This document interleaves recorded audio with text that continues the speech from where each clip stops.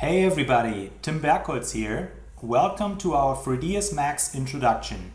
I'm a senior 3D artist who works in the game industry since 2008, and in this introduction tutorial I will show you all my essential tips, tricks and tools which I gathered over this time. 3ds Max is an extremely configurable program, and because of that it's also often a matter of personal preferences. Everything I show you here is based on my personal experience and what I think works best. Alright, let's get started. By default, when you start 3D Max, there's a good chance it will look something like that here. We have 4 different windows that we can use, and that enables us to, for example, create some fresh geometry here in that window and look at it here from different perspectives in the other windows. We can always toggle through these windows by pressing down the middle mouse wheel button, and then with Alt and W we can maximize that particular viewport. And Alt and W again will also get us out of there again. So let me open up the one here with a perspective on it. As you can see here, that's where we can quickly also change our views around. So I'm gonna leave it here with a perspective and talk about the movement, which, if you press down Alt and hold the middle mouse wheel button, enables us to circle around our object like that here. If you just press down the middle mouse wheel button, it will then enable us to do that here, pan around our object. And pressing Ctrl plus Alt and using the middle mouse wheel button will allow us to zoom in on one axis. So that way we can be very precise here and zoom straight into some area that we want to be doing some work on. And the other one worth mentioning is the Zoom Extends shortcut. Even though we're going to cover the shortcuts later on, I just want to combine that here with our controls in 3D Max. Let's say we zoomed out like that. If we just make a selection here for that object and press Y, it will zoom perfectly into that object here. So that is a quick way of getting back to our geometry and a shortcut that becomes very useful quite often. And let's have a look at our modifier sets. If they don't show by default, you want to click on that button and make sure it says Show Buttons there. I would recommend to put these modifiers in our modifier sets just so that you can follow better later through the tutorial. Configure modifier sets will open up the configuration mode for it, and we can just drag and drop any modifiers here onto our right side, which will then make them appear there in the modifier sets. Pressing M will bring up our material editor. You can change between the Slate material editor and the old school compact material editor. I prefer the old one, and that allows us to just bring up the material editor at any time and apply materials to our objects. As the next thing, under Customize, I'll bring up our preference settings here. And the first thing that I want to do is change our scene undo levels to somewhere around 100. That allows us to just undo 100 steps, which sometimes might be better than just 20, which is there in the default settings. So I would definitely crank that up. And as the next thing, I will go over here to our Files tab. And under the Auto Backup section here, we can then crank up our auto back files. And what exactly that is that 3D Max will automatically have a folder called auto back, and in that folder 3D Max saves these files all 5 minutes defined on the backup interval time below. So I'm gonna crank that up all the way to 50 so that we have 50 auto backup files, and I'm gonna leave it at 5 minutes here for the backup interval. So next I'm going to go over here to the Gamma tab, and by default it's enabled. We actually want to have it disabled, but let me show you what it does when it's enabled. it brightens up our whole viewport in ways that we actually don't want it to be. So I'm going to disable it, which will result in a more realistic way than having this overexposure and brightness. Next, I'm going to go over here to the viewport configuration under Views and Viewport Configuration. And under the Display Performance, first of all, I want to add some anti-aliasing here to our scene. Let's have it at least at 2. And I also want to crank up these viewport images here to 4K. And that will just result in 3D Max then to give us the maximum available resolution for, let's say we want to load in some reference images here that we want to use for our work, or also textures themselves. If we load in any baked normal maps and apply them to our mesh to see if everything baked properly, it will then just come up with a maximum resolution of 4K. As the next thing, I'll go over here to the unit setup, and I want to make sure that the metric settings are put to centimeters, and also here our system unit setup. Gonna confirm that. Now, as the next thing, I want to create a few random objects here under the Create tab. As you know, we can just take, let's say, the cylinder, drag it into our viewport here, and do the same thing for any other object. However, there is also another way of doing exactly that might be even quicker than always having to switch over to the Create tab. So by pressing Ctrl and right mouse button, we get that window open up here. And in there you can already see the plane, the box and the sphere. And that allows us to just drag in some more geometry here really quick. However, for reasons unknown to me, they didn't add this cylinder here into that quick selection window. So we can go over here to the Customize and Customize User Interface to be exact, and get our cylinder into that menu. So under the quads here, we want to make sure we're in the upper right box here, and then we just have to go over here to the modeling, Control and right mouse button, and under that box we can already see our customization here for that menu, and all we have to do now is take our cylinder and drag it in there. And I also want to add some text shape to it, which will then make it easier for us later to create some high poly text really quickly. So I will just add that to it and close that window here, which will automatically save it. And let me just delete everything that we have here. I want to be talking about shortcuts as the next thing. And shortcuts are, of course, a matter of personal preference and choice. Whichever actions you see essential and important enough to your workflow, you should assign a shortcut to, so that it saves us time in the long run to perform these specific actions. So what I will do here is go over my personal preferences in shortcuts. You can always go over to Customize and Customize User Interface, and this is where you can change the individual shortcut settings. So let me just create some fresh geometry here. Gonna create that teapot here.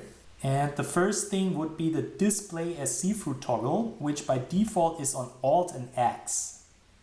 So pressing that will just make our object basically transparent, and we can see what's happening on the other side, which is something that we make plenty of use of. So as the next thing, I want to talk about the Convert to Editable Polygon shortcut. And what that does is that any primitive that we pull into 3D Max here requires to be converted to an editable poly in order to work with it. So there are two ways of doing that, which is right-clicking, Convert to, and Convert to Editable Poly. Or in order to make that quicker, I'm just gonna have it on a shortcut, and pressing that will then do exactly that. Next, let's have a look how we can quickly select edges on our object. Selecting it like that here and pressing Select Subobject Ring as a shortcut will give us this ring selection here. Alternatively, we can also make a horizontal selection, which is our Select Subobject Loop shortcut, and that basically just does the same thing but in a different direction. So having it set up for the loop and the ring definitely makes it easy for us to quickly select edges here on our object, and is something that we will be doing a lot through the actual modeling process. The next shortcut is the Connect Edge shortcut, and that goes hand in hand very often with our loop and ring selection. So making a ring selection here on that and pressing Connect Edge as a shortcut will then add another edge loop here in the center of that. This is a quick way of adding more edge loops to our geometry, and again something that we will be doing a lot through our actual modeling. Just gonna undo that. So the next shortcut is the Convert to Face Poly action that I want to have a look at. And what that enables us to do is that after we made another edge selection here and pressing that shortcut, it will then make a face selection along these edges and just convert it into faces on both the upper side of that edge loop and the one below. So it just looks at everything that borders to it, and that is another quick way of creating a polygon selection here for our geometry. Alternatively, you can also press Ctrl, having the edge selection active, and pressing that polygon button here will then just convert it also into that face selection, or alternatively here also in the vertex selection. So that is another way that we could perform that action. So with that selection active, we can then have a look at our Smart Scale, which by default is set to R. And we can just do exactly that, scale our object. And under the Rotate, which by default is on E, we can then just do things like that here really quickly. Change the looks of our actual geometry around real quick. And W is default for Select and Move, and allows us to just shift it on whatever axis we want it to shift around. Let's have a look at the Cap Poly. If I will take this object here and delete a few faces out of it, I can fill it back with geometry by going into the border selection and just pressing that shortcut. Cap Poly will then add fresh geometry onto that. And that would go often hand in hand with our Connect Vertex shortcut, which allows us to select any vertices that we want to connect with each other. So for instance, this one here on top I already have. So now I'm just going to select the one down there, and pressing our shortcut will then just add a fresh edge on that selection here. Alternatively, I can also just add a few more vertices here to it, and pressing that shortcut then will make some more edge connections at the same time here. The next shortcut is the Collapse Poly shortcut. And what exactly that allows us to do is taking anything like that here, for example in our face selection, and pressing that shortcut will then just do this here. It collapses it to one center point, and we can do the same thing for both our edge selection and for vertex selection and face selection. So it's a quick way of basically collapsing geometry or getting rid of it, and is another very useful shortcut. So let's have a look at another way of removing edges. Or let's say that's the official way here. Having an edge loop selection like that one and pressing Ctrl and Backspace will just get rid of that complete edge loop together with the vertices. So as you can see here, it will just completely get rid of it. And alternatively, we can also have an edge loop selected like that and just press backspace, which will delete those edges but leave those vertices in place. And that might be useful for some occasions where we just want to re-triangulate our geometry, but not get rid of these actual vertices that were part of the original edge loop. So something to keep in mind, and something that again is useful for later modeling. The next shortcut is the chamfer action that I want to have a look at. And I would recommend reserving a very prominent key for it. No double key shortcut, but actually one that you can quickly access. And let's see how we can actually use it. So having an edge loop selection like that and pressing the chamfer action shortcut will then open up our chamfer dialog ability, and by pressing down the mouse button we can then go ahead and adding more chamfer edge loops to our original edge loop selection. Next, let's see how we can use our attach poly action. And for that I'm gonna make a copy by pressing Shift and dragging it here on the Y-axis. That will give us a duplicate of our original object, and I'm gonna leave it here as a copy. And now I'm going back to our original object and press our attach poly shortcut to attach it to that selection. So now it's one object where before we had two. And that goes hand in hand with the detach poly action. So I'm gonna go here into our element selection mode, selecting the copy that we just made, and pressing that shortcut then will just detach it back and makes two objects out of what before was one object. So I'm just gonna delete that, and let's have a look at align X, Y, and Z. I have it on Alt plus 1, 2, and 3. And what exactly it does is that if I press these shortcuts here, you can see how it just flattens everything on one axis.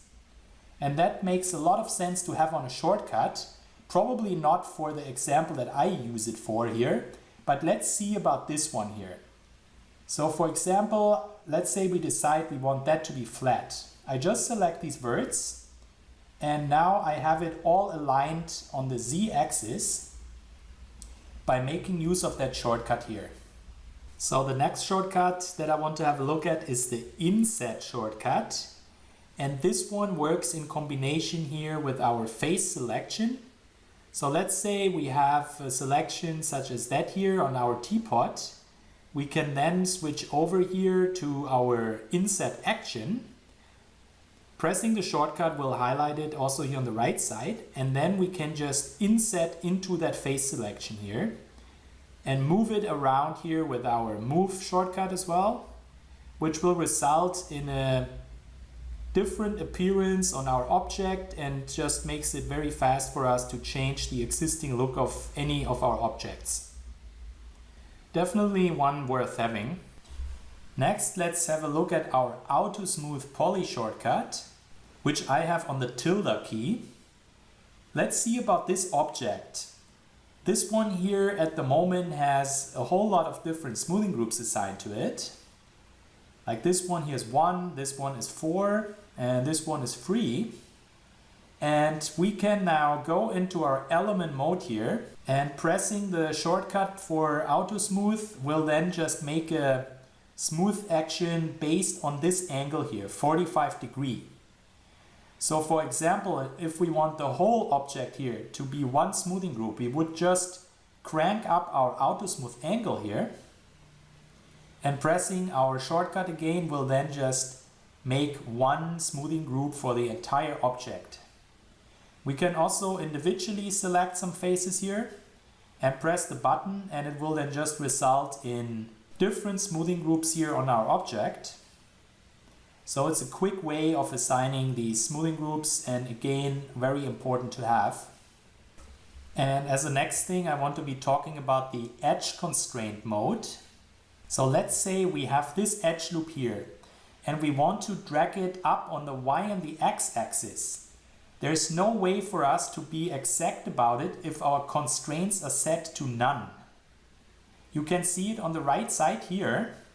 If we change it over to the edge mode, it will give us this ability to actually not have it wobble around like that.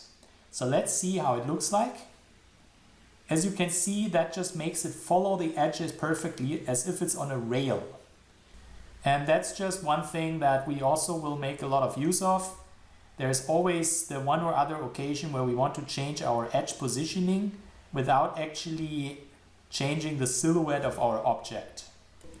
And the next one might appear quite obvious. The left, right, top, back and bottom orthographic view modes are definitely worth having shortcuts for so that we can be quick in changing our actual view here in the viewport. There are a lot of occasions where we just want to be in the top mode and in the bottom mode, and having these shortcuts dedicated for that just makes it very fast to do that. Alternatively, we can also press that button here on the top, that little compass, but usually it makes more sense to just be quick with the shortcuts themselves. And let me continue with our target weld action. What it enables us to do is that once we are in our vertex mode here, we can then use target weld to take any of these verts and weld them onto any other vert that's within our range.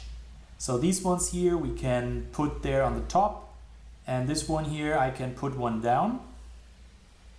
So another shortcut worth having, and we're gonna make some good use of that as well from time to time. And as the next thing, I want to be talking about our backface cull and reset X form. So let's zoom in here on that lid of our teapot, and it looks like there are faces in the inside, which in reality they are not. So right clicking that object and going over to the object properties enables us to check the backface cull. And now we actually see our object as it really is, meaning we don't have faces there in the inside, and what we saw earlier was just the back faces that shine through to the other side. Pressing Shift while having an edge selection will do this here, bring up some fresh faces out of our edge selection. So let me demonstrate a case where Reset X form comes in handy. And for that I'm gonna take our teapot here, and I will go over here to the mirror mode and mirror it on the x-axis. Gonna drag it out here. And now I'm gonna make use of my Reset X form shortcut. Let me just show you here, we have two objects. So taking our copied object here and pressing Reset X form will reveal that the faces have actually been flipped. And that happens whenever you make a copy based on the mirror mode. Whenever you copy something into a different direction, horizontally or vertically, it will appear like that. And that's why we need to make sure we use Reset X form to spot such cases. And now we can just take that geometry here, go over into the polygon mode or the element mode, select everything, and then press the flip button. So now our geometry is basically back in order where before it wasn't, but we wouldn't have noticed it unless we made use of our Reset X form button for that. As the next thing, I want to be talking about the Align Pivot to Selection script. It has been written by one of my friends and former colleagues, Christian Rüssler, and in order to install it, we will go over to the scripting dialog, go down to New Script, File and Open, and you want to make sure you pasted the MCR file into the scripts folder here. It will come with that tutorial, so make sure you have it in there, and then it's just a matter of double clicking it or pressing Open in order to get it in here. So under Tools and Evaluate All, we now told 3D Max that we want that script to be remembered all the time. And you want to make sure that you have align pivot to selection bind to a shortcut. So just go back to customize and make sure you have a shortcut assigned to it and make sure you have it evaluated. So I'm going to close that window. And now we can make use of that script. I already have it bind to a shortcut. I have it on O. And let's have a look here how pivots are usually working on a primitive like that. So that cylinder here by default has the pivot set here at the very bottom of it. That's how that primitive basically came out, and we dragged our height information out of that, extruded that to the top, but the pivot remained there. So in order to change that, you would usually go to the hierarchy here, say affect pivot only, and change that pivot into the proper position where you want it to appear. However, that can be quite time consuming. And in order to do that a different way, we can just press O on any selection that we have here. So for example, if I press O now, it will just take the whole object here and put it right there in the center of the cylinder. But alternatively, we can also make use of, for example, here the vertex selection. Just select any of these verts here or edges, press that shortcut, and then our pivot will go right there in the center of that selection. So now here we have it right there, as you can see. And we can also use, like, let's say this vertex here. I'm gonna press the button on it and there's our pivot. We can just select that whole face here and press that shortcut, and then it will be right there. So that makes it incredibly easy for us to assign a pivot position here to our geometry.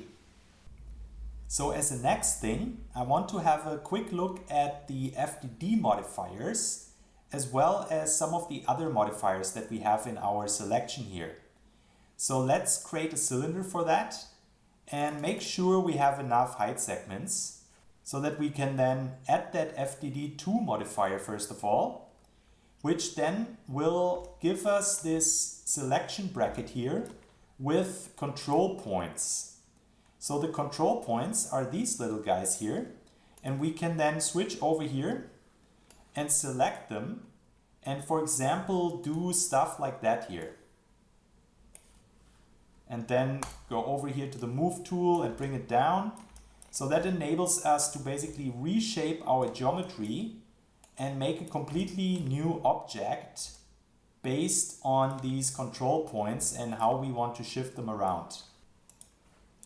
So for the case that we would be happy with that geometry here, we would then collapse it, say collapse all, and that would give us here our object with a new shape. But in that case, I'm just going to undo it and actually delete that FDD modifier back to our cylinder here. And we can then, for example, do the same here with the FDD3 modifier, but we have an extra segment of control points that we can work with. So for instance, what we can do is go over again to control points, take these, and also take the ones at the bottom, and then do the same action as before, but with that result here. And alternatively, also we could scale it here in the middle. And now we have some sort of a UFO here.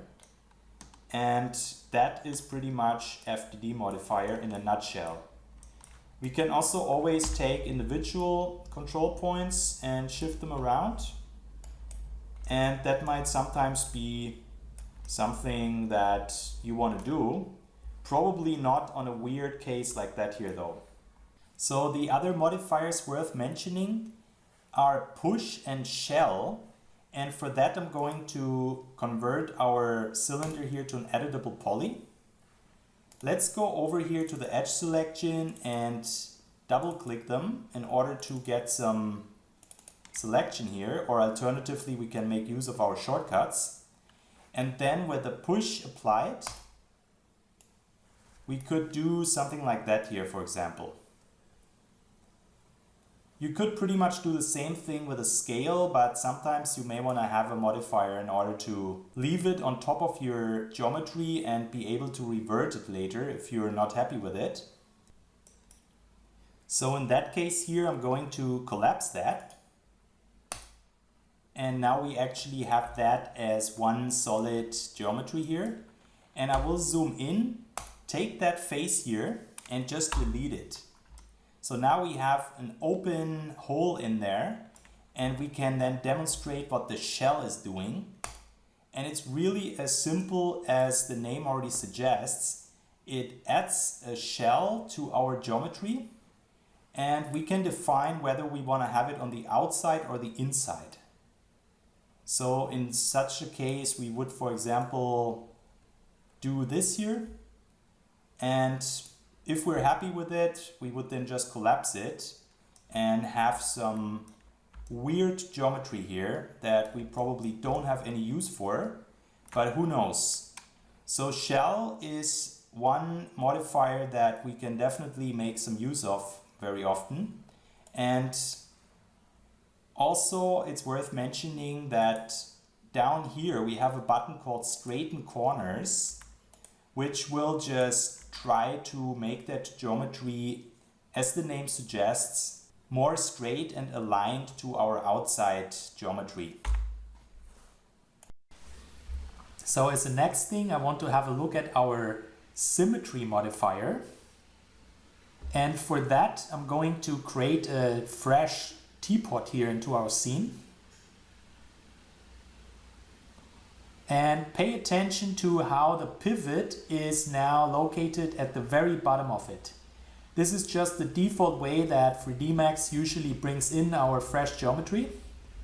And now if we make use of our symmetry modifier, you will get that result here basically.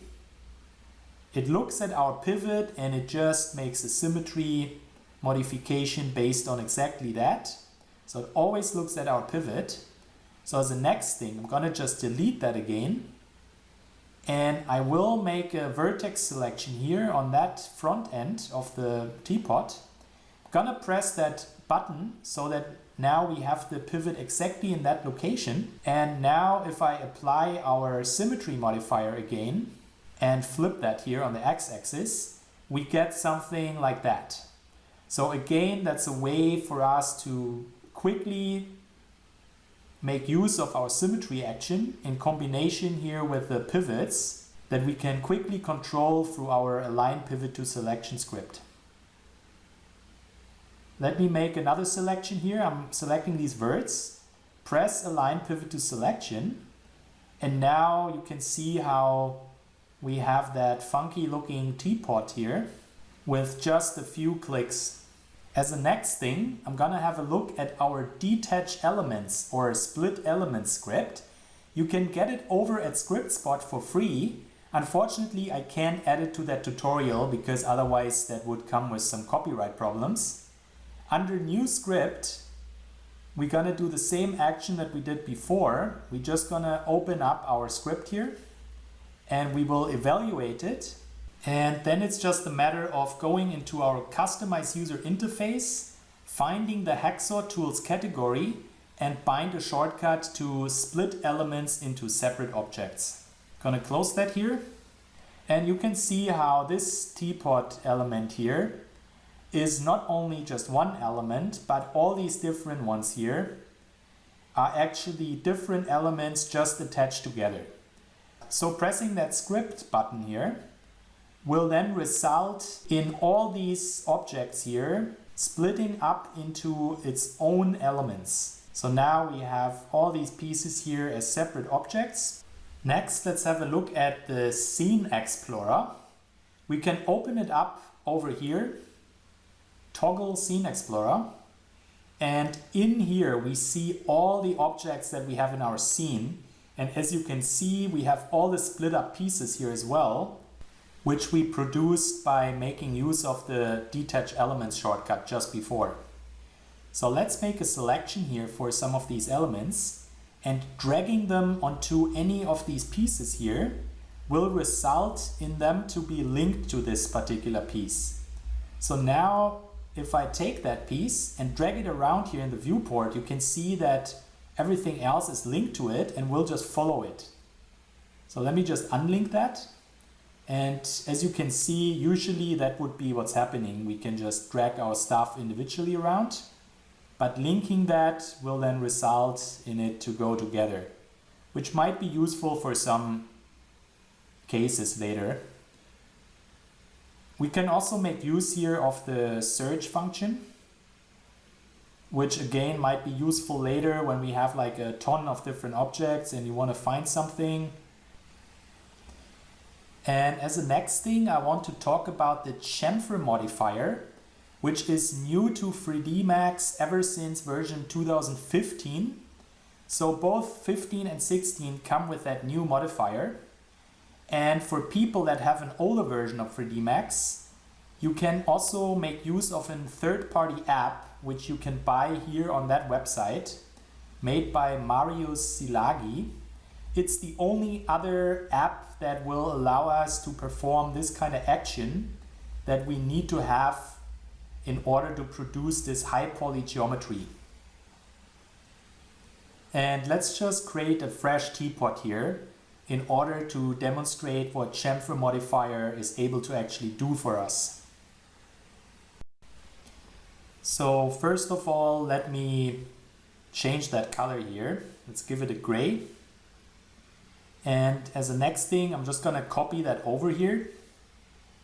And now, in order to demonstrate better the differences between having the chamfer modifier and not, I'm gonna add the turbo smooth here on that instance.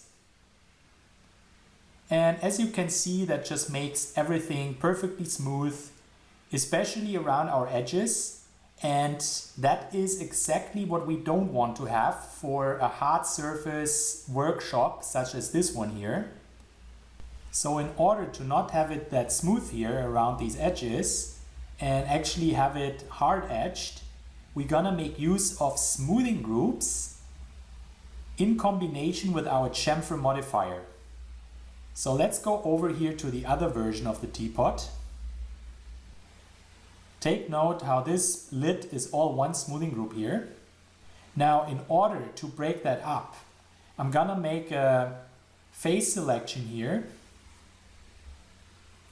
Take these edges, convert them to faces, and I give them a different smoothing group. So all these here have different smoothing groups now. Gonna make a ring selection here and also give it a smoothing group.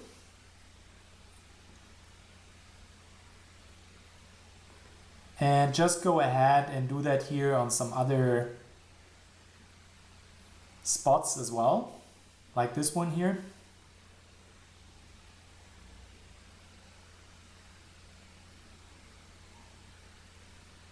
Or actually, I want that here all to be one smoothing group, so let's convert that to faces. Clear all and override it with one smoothing group.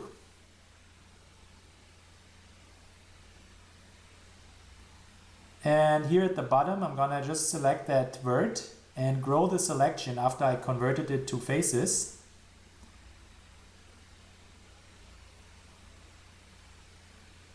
And also one smoothing group, and same as here at the bottom. Let's make another ring selection here, also give it some smoothing groups. Same as here. Clear all and force it to take one smoothing group here. So that looks pretty good to me. Now let me add that chamfer modifier finally. And by default it looks like that. So we have to edit these parameters a bit.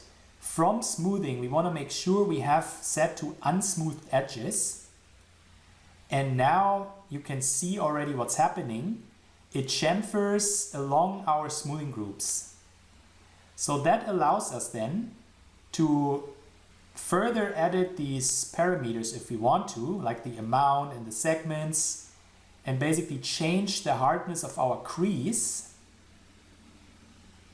And in combination with the turbo smooth on top of it, we then get a perfect looking hard surface mesh here.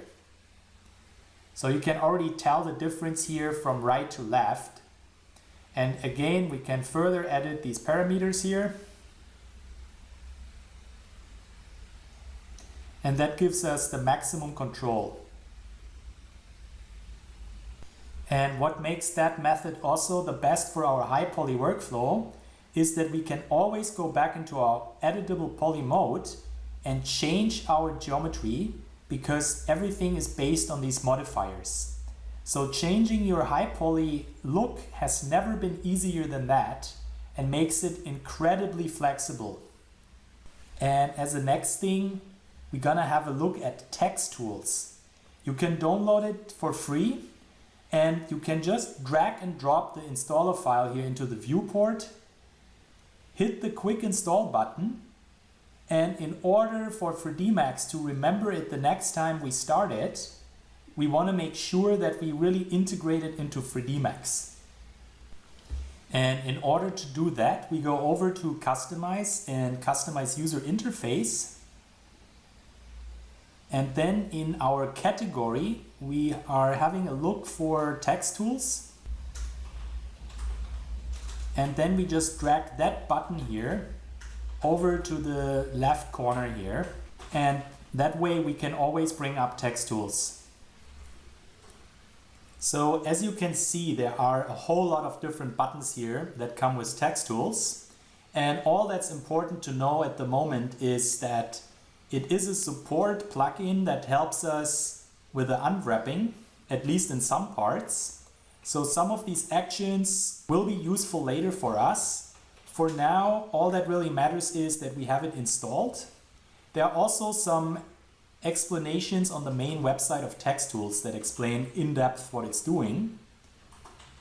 Other than that, I will just go ahead here, create a box and demonstrate the isolation mode, which I also make frequent use of. Alt and Q is the toggle for that. And now I'm gonna add an unwrap UVW modifier here on top of this box. And we could do that by going over here to our modifier list on the right side and just confirm unwrap UVW, or we could make use of another shortcut and just quickly toggle this unwrap editor window. It also makes sense to confirm that it's always coming up here, the edit window, and save these settings as default. So that enables us to quickly jump in and out here out of the edit UVW dialog. And as the next thing, I will just jump straight back into the edit UVW to demonstrate our stitch shortcut. For that, I'm going to flatten all these faces, and now I can just select any of these edges here and stitch the other faces back on it. So that way we can later make some very fast stitching action here on our objects, and I will just show you where you can install that. Customize User Interface, and under Group you want to go over to Unwrap UVW, find the stitch and add it to any shortcut of your preference. I have it on Shift plus S.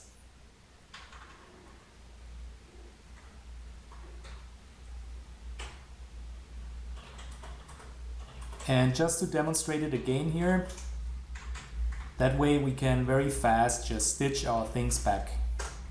The other thing to be aware of is that under Tools and Stitch Selected, you want to make sure that you have the same settings here that I have.